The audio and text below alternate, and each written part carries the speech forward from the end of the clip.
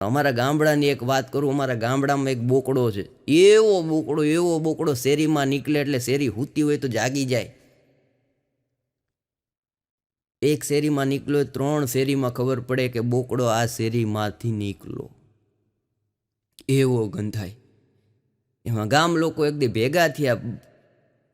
ગામડામાં શું ચોરો મીટિંગ ભરાય, કંઈક પ્રશ્ન હોય, કોઈ માણસને પૈસાની જરૂર હોય, આવી બધી મીટિંગ થતી હોય.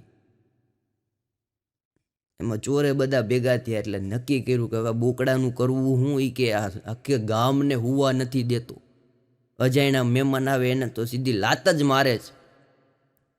એક કામ કરો, એ કે આ બોકડા હારે જે કોઈ પણ રહેશે ને એને 10,000 રૂપિયા ઇનામ સરપંચ કે મારા તરફથી. અને બોકડાને બાંધી દીધો. અને ગામમાંથી પછી એક ભાઈ ગયા, 3જી મિનિટે બહાર આવ્યા. પાછા એક ભાઈ ગયા, 5મી મિનિટે બહાર આવ્યા. અને ગામ હોય ને અકલમઠા જાજા હોય.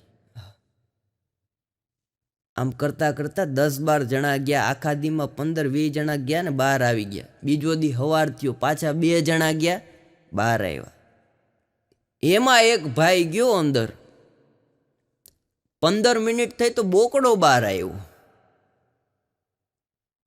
બોલો, બોકડો બહાર આવ્યો. ઓલા વખતે બધા માણસો બહાર આવતા હતા, આ વખતે બોકડો બહાર આવ્યો.